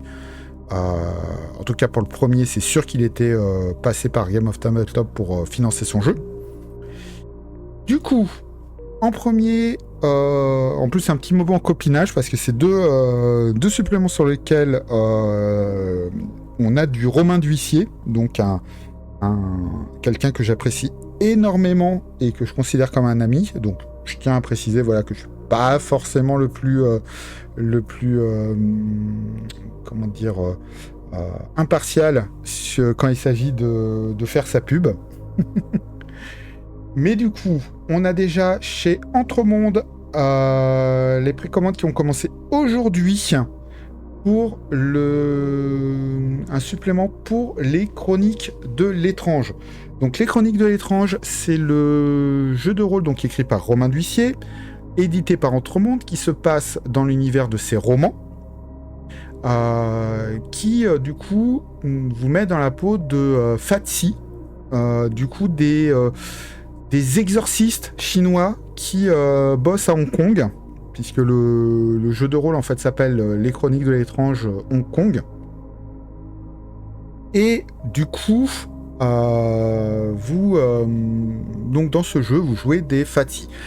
C'est comme je disais, des exorcistes au sens large. En fait, ce sont des gens qui ont été chargés par la hiérarchie céleste de maintenir l'équilibre entre le monde des humains et le monde des esprits, des démons et ainsi de suite. Le tout en négociant avec la police de Hong Kong qui fait appel à vous pour gérer les affaires dans lesquelles le surnaturel est très présent. Et en négociant aussi avec du coup le gouvernement chinois qui a repris le contrôle de Hong Kong et qui n'apprécie que moyennement l'existence du surnaturel dans la ville. Donc c'est un excellent jeu, je vous le recommande, soyons clairs. Et bon, vous prenez avec évidemment la pincette celle qui va au fait que, je vous l'ai dit, Romain est un ami et j'ai playtesté le jeu. Mais en tout cas, moi je trouve le jeu assez excellent. Et du coup, on a un supplément qui est en précommande depuis aujourd'hui, qui s'appelle Shello, qui est du coup le nom du restaurant où commencent et finissent les 3 romans, si je ne dis pas de bêtises, dont s'inspire l'univers du jeu. Et qui en fait a un ouvrage collectif où cette fois effectivement il n'y a pas que Romain qui bosse dessus, il y a Emmanuel Garbi, Nicolas Henry, Marielle Saran, Maëlys Léjon Le Calvez, j'essaye de pas écorcher les noms, et Adrien Fischer. Alors, je connais pas tous les noms, je connais surtout le travail d'Emmanuel Garbi et de Nicolas Henry, et du coup, je sais que ce sont des gens qui font un excellent taf. Mais je me doute effectivement que Romain a surtout réuni une Dream Team avec laquelle il avait envie de bosser. Donc, on va avoir en gros, c'est un gros supplément qui contient plein de choses pour enrichir les parties. Comme il décrit ça, effectivement, voilà, soupe, spécialité, boisson, dessert, menu complet, entrée, plat du jour, accompagnement. L'idée, c'est d'avoir des formes de magie supplémentaires. Alors en fait, ça, du coup, les FATSI que vous jouez ont accès à différents types de magie possibles dans l'univers des Chroniques de l'étrange. Une d'entre elles qui s'appelle Alchimie externe est clairement donc basée sur l'alchimie, le fait de mélanger des ingrédients et tout ça. Et donc il y a l'idée de, entre autres, utiliser les règles d'alchimie avec un côté un peu plus moderne, on va dire. Alors parce que du coup j'ai échangé un peu avec Romain sur Blue Sky. Du coup il y a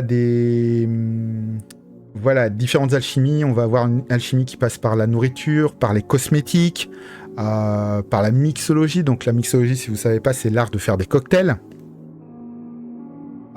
Du coup, une réécriture moderne en fait des magies. Il y a le fait de faire de la magie combinée, des règles pour faire de la magie combinée, c'est-à-dire mélanger plusieurs types de magie pour obtenir des effets inédits. Donc ça, c'est niveau règles. On va avoir évidemment des nouvelles créatures surnaturelles, puisque comme j'ai dit, les personnages sont chargés en fait de maintenir l'équilibre entre le monde des humains et celui des esprits et des démons. Donc ils interviennent assez régulièrement pour contrer soit des esprits qui s'en prennent aux humains, soit à l'inverse, des humains qui abusent de créatures surnaturelles. Donc des nouveaux objets magiques, des arts martiaux, des nouvelles factions et 5 scénarios complets du coup qui viennent un petit peu enrichir une gamme qui contient déjà pas mal de scénarios en fait. Du coup ça va être copieux, 200 pages. Écrit à 14 mains, puisqu'ils sont 7 auteurs à bosser dessus. Et du coup, précommande là du 5 au 30 juin. Pour une sortie prévue, si je ne me trompe pas, en octobre, si je dis pas de bêtises. Oui, c'est ça, en octobre. Et voilà. Moi, en tout cas, clairement, je vais prendre. Alors, du coup, ce qui est dommage, c'est que comme là, on est sur de la précommande, c'est sans option de PDF seul tant que le bouquin ne sera pas sorti. Parce qu'après, Entremonde vend ses bouquins en format PDF. Donc, vous pouvez acheter, entre autres, les Chroniques de l'étrange en format PDF. Mais du coup, il sera au final sûrement disponible en PDF comme tous les autres bouquins qu'il publie, mais ça sera pas avant octobre quand le supplément sera définitivement sorti. En attendant, si vous faites la précommande, par contre, vous recevrez le PDF en supplément. Ensuite, autre précommande. Cette fois, ça vient de chez un autre éditeur, c'est chez John Doe, mais c'est encore Romain D'Huissier qui bosse dessus. Cette fois, pas sur le jeu de base, mais sur le supplément. Le jeu, donc, dont c'est tiré, c'est Meute. Meute, c'est un excellent jeu français édité par John Doe Édition, où on joue des lycanthropes en France de nos jours. avec la particularité du fait que vous jouez non pas le lycanthrope façon loup-garou qui se transforme en monstre à la pleine lune, mais en fait un esprit loup qui existe depuis la nuit des temps, qui à chaque génération s'incarne en fait dans une lignée en fait qui descend d'humains qui ont passé des pactes avec les esprits et ce qui lui donne le pouvoir de prendre la forme du loup, mais aussi d'échanger avec un esprit animal qui existe depuis l'aube des temps. J'ai un problème avec Meute, parce que d'un côté, j'ai adoré ma lecture du jeu, sauf qu'il y a un détail dans le jeu qui me reprend un rebrousse-poil à chaque fois, c'est l'utilisation du terme alpha, qui est très important dans le système de jeu. Et pour moi qui adore tout ce qui touche à la biologie et aux anecdotes sur les animaux, voir dans les années 2020 un jeu de rôle utiliser encore le principe d'alpha chez les loups, ça m'a pris à rebrousse-poil. Je suis désolé. Du coup, j'ai adoré ma lecture de Meute, mais à chaque fois, je suis... je veux pas jouer à ce jeu parce qu'ils utilisent des concepts complètement éculés sur le comportement animal. Et du coup, Romain D'Huissier, donc, qui est, comme j'ai dit, un auteur que j'apprécie beaucoup et un ami, a déjà édité un premier supplément pour Meute, qui se cadre sur le setting des Ardennes.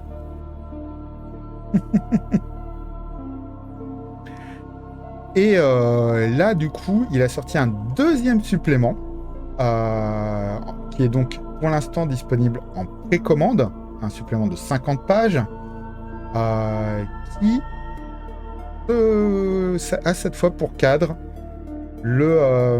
l'Islande. Donc avec tout un axe très centré sur le folklore particulier en fait de l'Islande, qui est à la fois héritier des mythes scandinaves, donc de ce qu'on peut retrouver en fait dans les pays nordiques d'Europe, mais qui a su aussi se développer en particularité, puisque l'Islande c'est quand même assez excentré, et ça a du coup développé sa propre... Il y a eu les peuples nordiques scandinaves qui y sont installés, mais qui ont ensuite eu une évolution assez différente de ce qu'on trouve en fait en Suède, Norvège et compagnie. Et du coup, effectivement, on a donc ce supplément qui vient aborder cette question. Donc c'est évidemment très bien rempli. Comme toujours chez les jeux John Doe, très bien illustré. Et du coup, on a à la fois un cadre de campagne et un scénario écrit par ce qui semble devenir le partenaire de crime de Romain, à savoir Cédric Lamère, qui du coup bosse aussi sur le supplément de Chronique oubliée dont je vous ai parlé juste avant, et qui, si je dis pas de bêtises, est celui qui a repris la gamme d'Evastra, écrite par Romain et par j'ai bouffé son nom, Bob Darko, mais j'ai mangé son identité civile, qui avait écrit Devastra il y a des années. Bref, je ne doute pas de la qualité du supplément. Je ne sais pas si je le prendrai, parce que, comme j'ai dit, je ne sais pas si j'arriverai un jour à passer outre mes a priori sur Meute et à le faire jouer sans grincer des dents et sans à l'évocation du terme alpha. Mais en tout cas, si vous cherchez un jeu de rôle français de fantastique, folklorique, contemporain, je vous invite vraiment à jeter un coup d'œil à Meute chez John Doe. C'est un excellent jeu. Et donc là encore, précommande donc pour le supplément en format physique pour 16 € avec la fourniture du PDF offert pour la précommande. Donc le PDF lui arrivera début juillet, du coup le supplément lui arrivera début septembre. Voilà, pour la version physique. Autre financement participatif en français, donc là on est vraiment sur un financement participatif à la... une précommande participative comme ils disent chez BBE. C'est Chien de guerre par les 12 singes. Du coup on est sur du Medfan où on joue une compagnie mercenaire composée en fait d'anciens serviteurs du seigneur sombre Tolamot. Donc imaginez un univers où Sauron, après avoir perdu, il faudrait s'occuper de la réinsertion sociale des orques. Et le seul moyen qu'on aurait trouvé, c'est d'en faire des compagnies mercenaires. Bon, là, du coup, c'est pas des... uniquement des orques, hein, c'est différents peuples. Mais en gros, vous jouez des anciens serviteurs des forces du mal, qui, après la guerre où les différents peuples se sont entendus pour combattre le Seigneur du Mal et le vaincre, eh bien, vous vous retrouvez à avoir une vie où la seule place, en gros, qu'on vous autorise, c'est de rejoindre une compagnie mercenaire pour bosser pour ces nations qui ont combattu votre ancien seigneur et qui désormais, après la guerre, ont choisi de se foutre sur la gueule. Donc l'idée, c'est qu'on joue des gens qui ont un passé très sombre. Est-ce que derrière, ils vont continuer à être des salopards? Est-ce qu'ils vont chercher à se racheter? Est-ce que... on est vraiment sur un univers... Oui, bonjour, c'est de la dark fantasy, on a bien compris. Mais du coup, avec aussi le principe de la question de la rédemption, de la moralité. Voilà. Au moins, c'est bien s'ils mettent une présentation dès le départ. Vous voudrez jouer à Chien de guerre. Si vous voulez raconter des histoires de héros poursuivis par leur passé et leurs actes, vous voulez évoluer dans un univers sombre, pessimiste et ravagé par la guerre, vous aimez les méchants et souhaitez explorer leur psychologie en nuances de gris, les tripes leçons ne vous gênent guère et vous n'avez pas peur d'explorer des thèmes durs, la rédemption, le bien et le mal, la moralité et l'ammoralité sont des thèmes qui vous attirent. Alors, je le redis encore une fois, j'aime beaucoup les 12 singes quand ils font des choses qui d'une part ne fait pas traduction claquée au sol de jeux en américains comme Abstract Dungeon et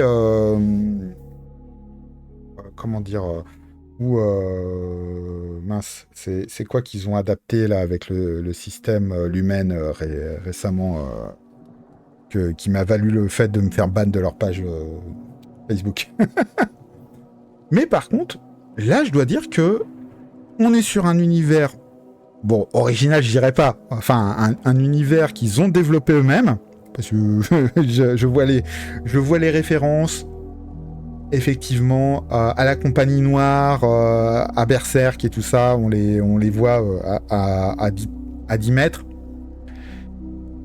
Mais du coup, on a un jeu qu'ils ont développé en interne avec leur propre système, sans chercher à faire rentrer un système, un autre jeu dans une case qui ne lui colle pas. Et du coup, personnellement, alors je vais être honnête, je vais pas le baquer celui-là parce que non, la dark fantasy comme ça, c'est pas mon kiff. Mais ça me fait quand même vachement plus envie que ce qu'ils ont eu l'occasion de sortir ces derniers temps chez 12 singes. Je le trouve effectivement beaucoup plus engageant au niveau de ce qu'il a l'air de proposer, que ce soit au niveau du système de jeu, basé effectivement sur tout un ensemble de on jette une caractéristique, on ajoute les compétences, mais aussi les traits de personnalité de son personnage qui me font beaucoup penser à Pendragon du coup. Enfin, voilà.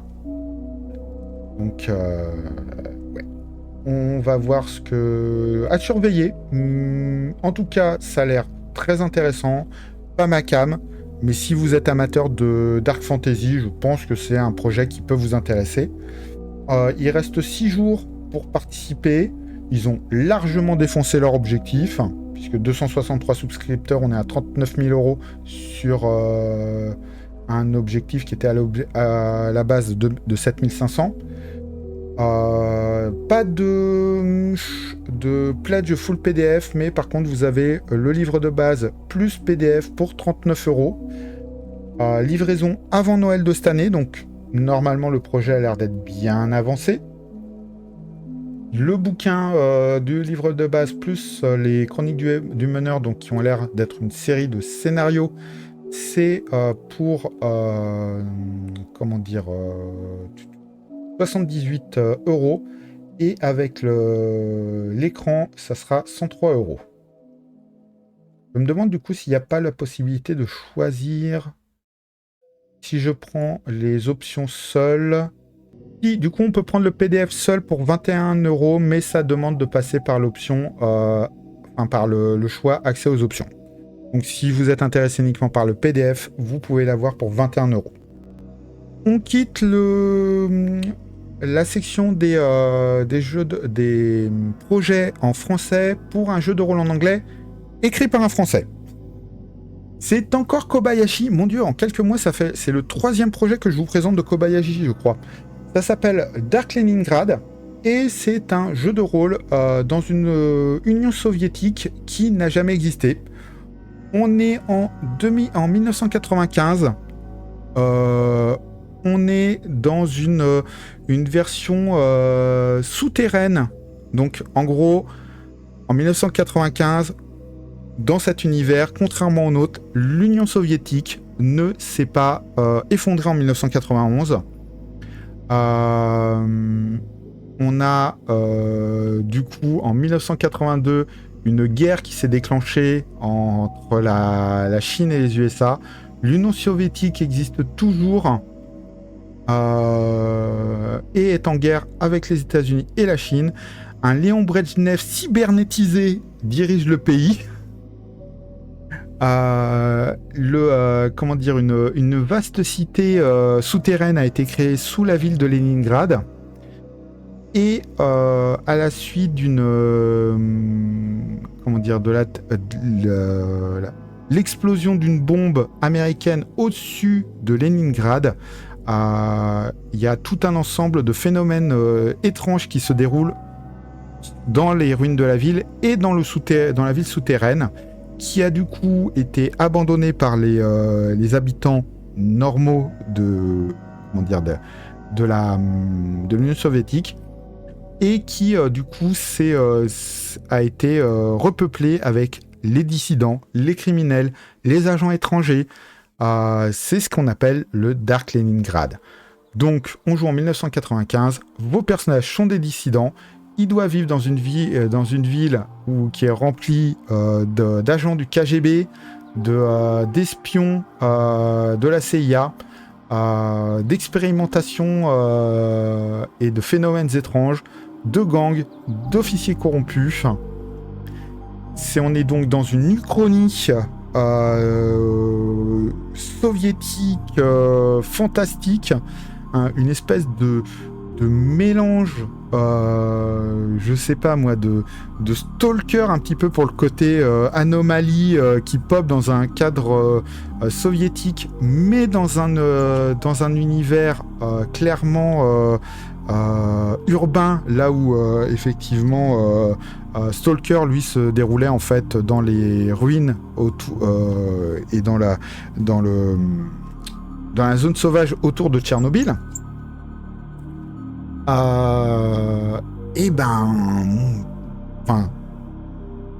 Jouer dans cet univers-là, moi, ça m'inspire tout de suite. Alors, le système de jeu, du coup, c'est un système à base de 2 dés de 6, qui est en fait le système de Traveler. C'est le Cepheus. Alors,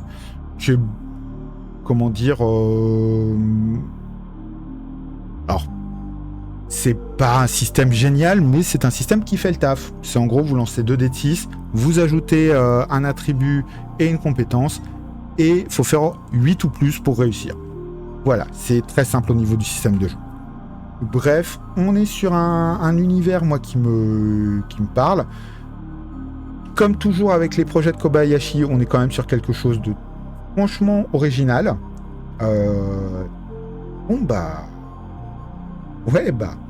Pour donc la version PDF est disponible pour 10 €. On ne sait pas, je crois pas qu'il ait annoncé le nombre de pages. Ah si, ça sera un bouquin de 130 pages pour 10 € pour le PDF. Moi je dis, banco quoi. Je souscris direct. Et effectivement, donc là, pareil, son objectif il est atteint puisqu'il a atteint 3000 € pour un objectif à 1000. C'est prévu du coup pour arriver en septembre de cette année. Normalement le jeu est en grande partie écrit. Et je sais que Kobayashi, jusqu'à présent en tout cas, il a toujours tenu ses engagements en termes de délai. Donc, si vous aimez... Alors, le problème, évidemment, c'est que le jeu est en anglais, même s'il est écrit par un français. Je comprends pourquoi il fait ça, hein, puisque du coup, ça lui permet d'avoir une assise et comment dire, un public un peu plus large. Mais c'est toujours un peu dommage, effectivement, qu'il ne propose pas ces jeux à la fois en français et en anglais comme certains le font, mais c'est vrai que ça serait une charge de travail, je pense, particulièrement lourde.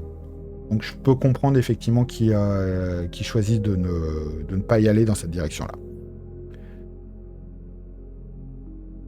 Mais en tout cas, c'est un projet que je soutiens et que j'ai très hâte d'avoir entre les mains.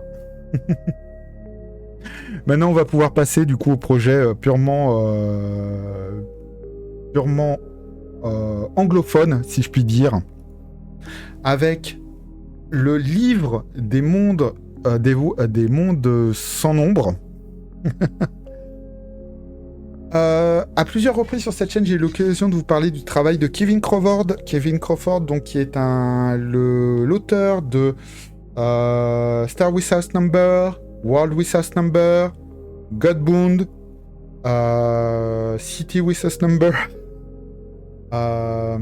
Silent God, un auteur qui fait de l'OSR, qui vous propose des jeux orientés vers le sandbox, donc vers le bac à sable où vous allez lâcher les personnages de vos joueurs avec énormément du coup de génération grâce à des tables aléatoires, donc avec un équivalent des comment dire, Repeat after me, Without Number. Oui, il aime beaucoup ajouter ça au nom de ses jeux. Mais du coup, effectivement, on est sur des bacs à sable avec beaucoup de création entre guillemets procédurale, avec des tables aléatoires par dizaines pour vous créer des lieux, des personnages, des intrigues, des scénarios, des campagnes. Dans Silent God, vous avez un générateur de cosmogonie pour faire votre propre mythe à la Cthulhu. C'est assez impressionnant. J'aime du coup énormément ces jeux.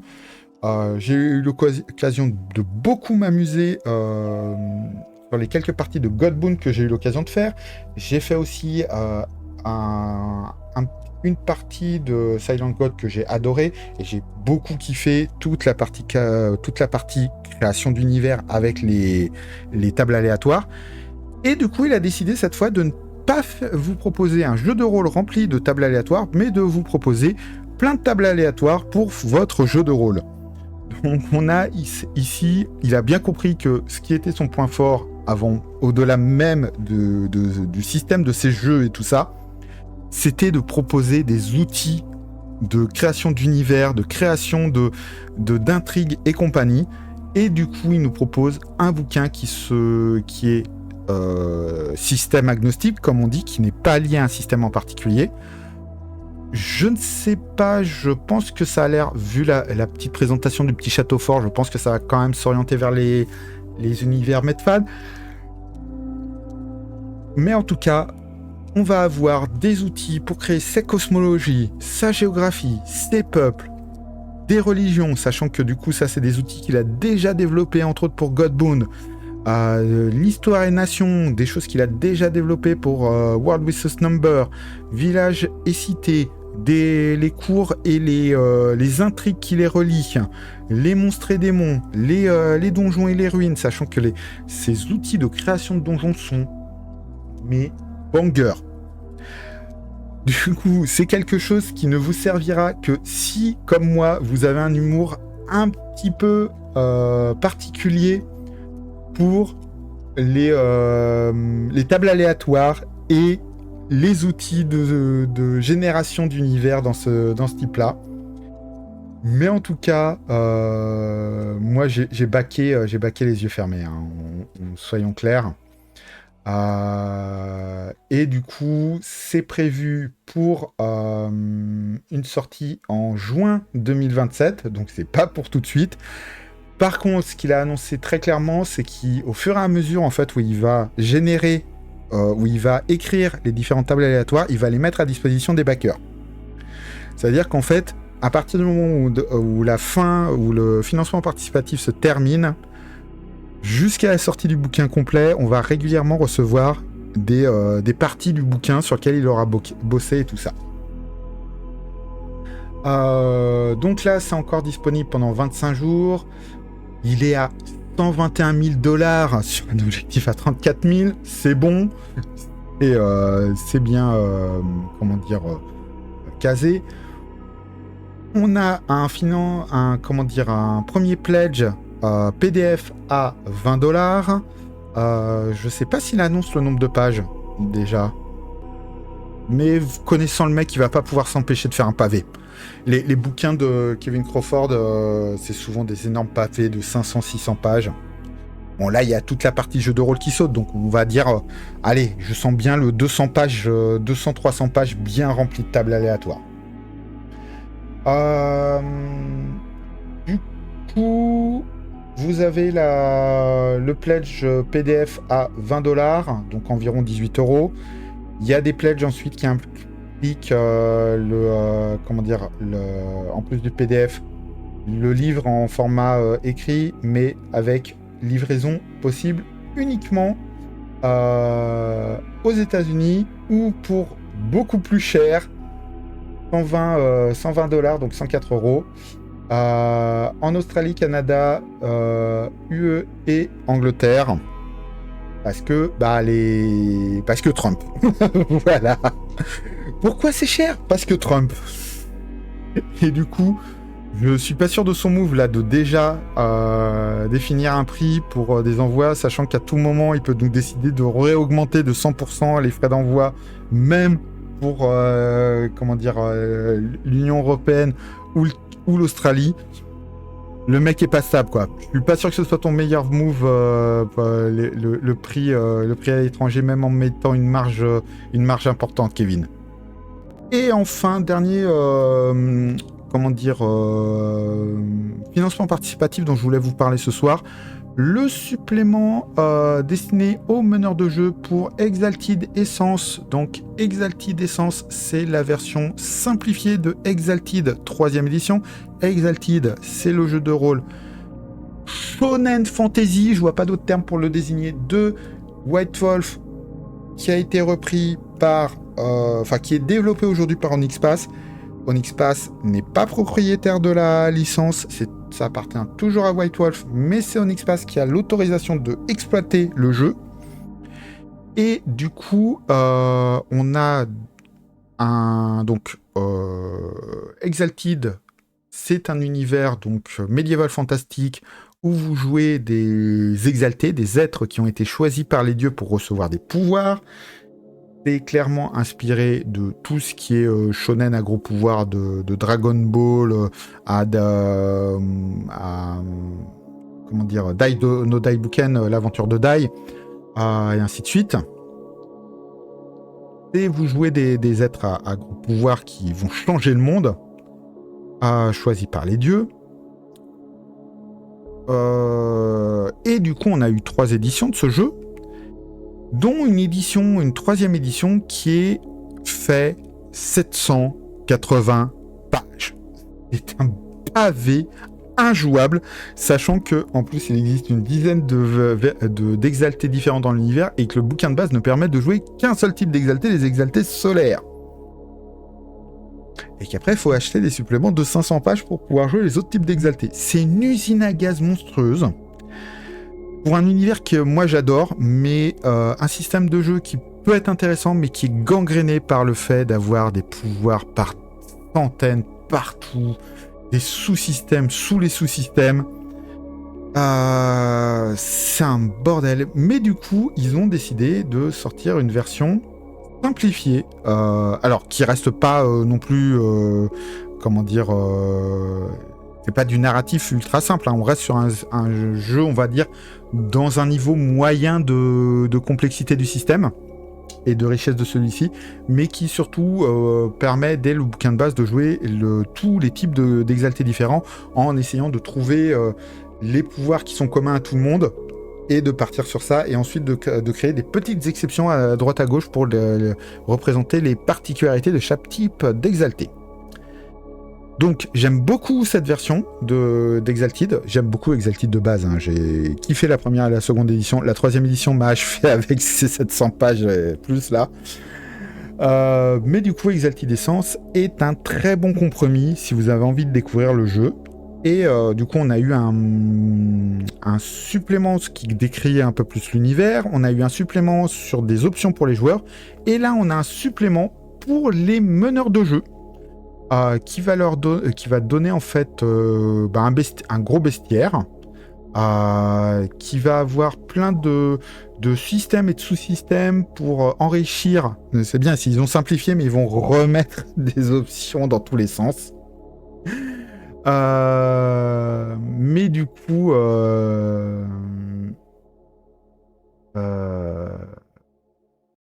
ouais, on va avoir plein de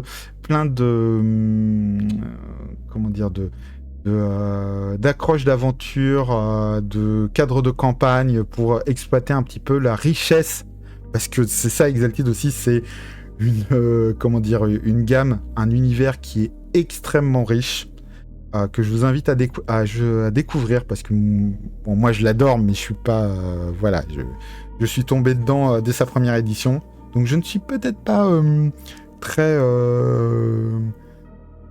comment dire, j'ai peut-être un syndrome de Stockholm là-dessus.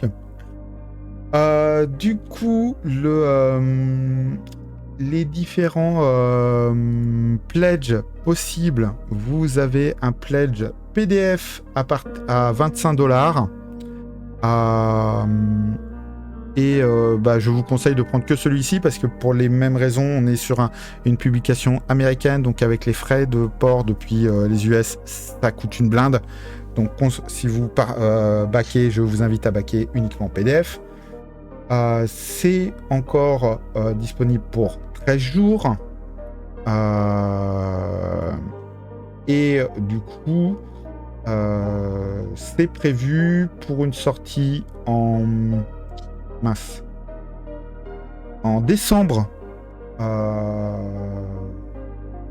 2028 pour le bouquin physique.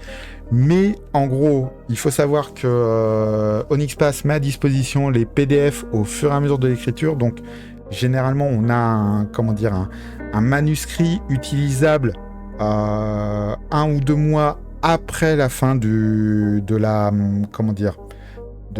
campagne. Donc un manuscrit utilisable, ça veut dire du texte brut. Et ensuite, on a le PDF avec la illustré, tout ça, généralement 1 an après. Et décembre 2028, c'est pour ceux qui auront commandé la version physique. Donc à vous de voir. Je défendrai toujours Exalted, même si je sais que tout le monde ne me suivra pas sur ça. Et le dernier point de la soirée que je voulais mettre, c'est le bon plan de la semaine qui a été lancé aujourd'hui, si je ne dis pas de bêtises. Il s'agit en fait d'un énorme bundle de 50 jeux de rôle différents de différents éditeurs, ou pour 36 €, vous allez avoir les bouquins de base de jeux, d'une quarantaine de jeux différents. Du coup, il y en a des, on va le dire très clairement, il y en a des très mauvais dans le lot. G.I. Joe, les trois jeux les jeux de Renegade, donc le G.I. Joe, le Power Ranger, le Transformers, c'est pas bon, soyons clairs. Il y en a d'autres, je ne les connais pas, donc je ne jugerai pas. Par contre, il y a quand même des petits bijoux qui, pour moi, valent largement les 30 balles que vous pouvez mettre dans cette gamme. Vous avez Wrath and Glory, donc le jeu de rôle de Warhammer 40 000, qui est très bon. Vous avez Urban Shadow 2e édition, qui est incroyable. Star Trek Adventure, qui est excellent. Fabula Ultima, donc le jeu de rôle pour faire du JRPG, qui est absolument génial. Vous avez Rebel Scum, un jeu de rôle pour faire du Star Wars sans la licence, qui est excellent. Le Doctor Who, le Coriolis the Great Dark, c'est aussi très solide. Artung Toulouse, comme j'ai dit, j'aime beaucoup parce que vous pouvez taper des nazis dedans. La surprise, ça a été Innominé, la version américaine de Innominé Satanis, qui date des années 90, qui par contre est beaucoup plus sérieux que la version française. On est plus sur un Néphilim,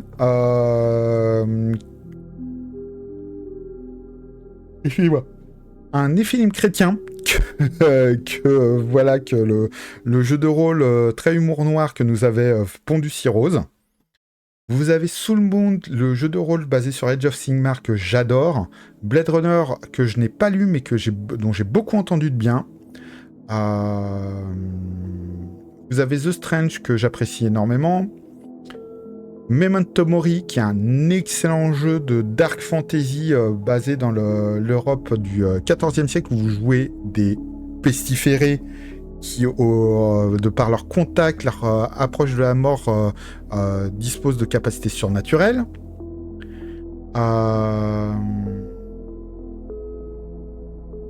Vous avez... Ouais, je pense que c'est j'ai fait le tour de ce que j'ai trouvé, moi, exceptionnel. Les autres, je les connais pas forcément. Donc, je vais pas vous dire ce qui est bien ou pas. Mais franchement, pour 30 balles, même si il y en a qu'une partie du bundle qui vous intéresse, ça les vaut largement, quoi. Il y a de quoi jouer, mais avec des univers extrêmement variés et une richesse de jeu incroyable. Et vous avez dedans que vous aimiez les systèmes ultra crunchy ou les systèmes très libres à la PBTA, que vous aimiez les univers ultra riches à la Warhammer 40 000 ou un truc où vous allez créer quelque chose avec vos joueurs, vous allez forcément trouver quelque chose qui vous plaît là-dedans.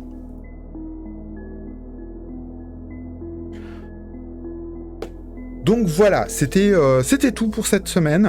Je tiens évidemment à remercier les personnes qui sont passées sur le chat pendant l'émission, les personnes qui regarderont le live, le replay sur YouTube. Comme d'habitude, si vous voulez soutenir la chaîne, n'hésitez pas à vous abonner sur Twitch ou à vous abonner sur YouTube, à mettre un pouce, à mettre un commentaire, même si vous ne souhaitez pas mettre un message, mettez peut-être juste un emote. C'est juste pour le référencement de la vidéo, ça me fera plaisir et ça permet à la chaîne de gagner en visibilité. Je vous dis à la semaine prochaine. Je vous souhaite à tous un bon jeu, une bonne semaine. Voilà, je commence à être incroyablement crevé et il faut que je me lève demain très tôt pour le taf. Donc, je vous remercie encore une fois de m'avoir suivi pour cette émission et je vous dis à une prochaine fois. Ciao!